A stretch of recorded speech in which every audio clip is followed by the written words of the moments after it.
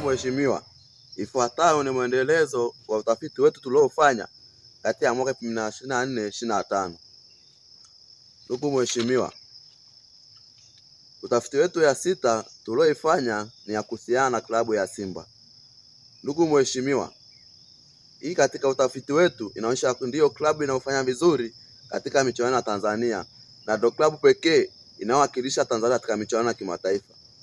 Ndugu mheshimiwa, pasipo kukosea adabu, klabu hii ya Simba ilipofikia haiwezi kushiriki ligi ya Tanzania, inabidi ikashiriki ligi ya wakubwa wenzao Ulaya. Kwa sababu ikiendelea kushiriki ligi ya Tanzania, kushusha hadhi ya Simba.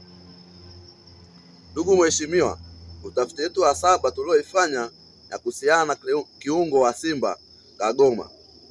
Ndugu mheshimiwa, kiungo huyu ukimwangalia vizuri utagundua ana kipaji kikubwa sana katika miguu yake. Ndugu mheshimiwa, utafiti wetu unaonyesha kuwa kiungo huyu aliwahi kufanywa fitina na klabu inayoshiriki kombe la Luza huko visiwani Zanzibar. Klabu hiyo ilitamani Kagoma awe upande wao, ila kutokana na hadhi ya Simba, kiungo huyu alichagua kuchezea Simba.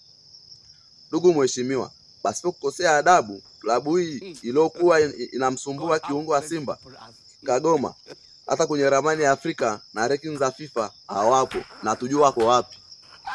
Kwa hiyo naomba mheshimiwa uwafuate na kuambia hata huko kasi walipoenda hawawezi kwa sababu klabu hiyo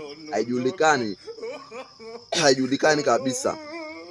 Na klabu ya Simba haiwezi shindana na watoto ambao wanaisubiria Simba wapeleka katika michuano ya Afrika kila mara. Ndugu mheshimiwa, asante kwa kuendelea kusikiliza utafiti wetu. Tutaendelea kukuwasilishia. Asante mheshimiwa.